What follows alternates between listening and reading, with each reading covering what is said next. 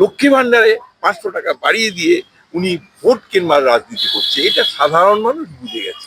বলতে চাই যে পরিবর্তনের দরকার আছে, তার কারণ এখানে যে করাপশন আরম্ভ হয়েছে, যে নোংরামো আরম্ভ হয়েছে, এটা মানুষের পক্ষে, সাধারণ মানুষের পক্ষে সহ্য করা যাচ্ছে না। হ্যাঁ, এখানে দেখা যাচ্ছে আরজি করে কাণ্ড, মেয়েটাকে খুন, তার কোনো প্রতিকার করলো না রাজ্য সরকার। তারপরে বিভিন্ন টাইপের এসআইআর নিয়ে যা করছে, এসআইআর হতে দেবে না। 2 সালে হয়েছিল, 2002 সালে হয়েছিল, তখন তো কোনো এরকম হয়নি।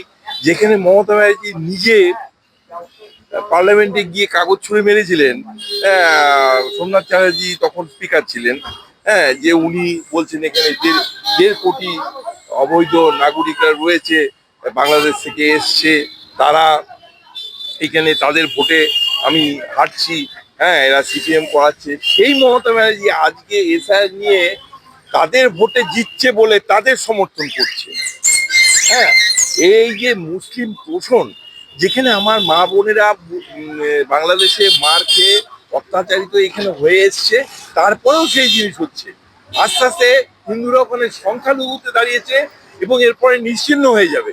এই জিনিস তো বরদাস্ত করা যায় না একটা সাধারণ নাগরিক হয়ে।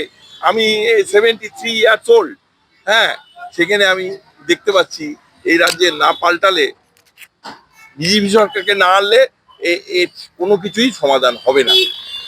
বেকারত্ব, 26,000 চাকরি, 26,000-এর চাকরি এখন পর্যন্ত দিতে পারলো না। তারা রাস্তায় বসে কান্নাকাটি করছে, মা বোনেরা আমার, তারা কোনো সুরাহা পেল না। সেটাকেও গন্ডগোল করে দিল। হ্যাঁ, ইচ্ছা করলে উনি এটাকে সলভ করতে পারতেন, অথচ উনি লক্ষ্মী ভান্ডারে 500 টাকা বাড়িয়ে দিয়ে উনি ভোট কেনবার রাজনীতি করছে, এটা সাধারণ মানুষ বুঝে গেছে।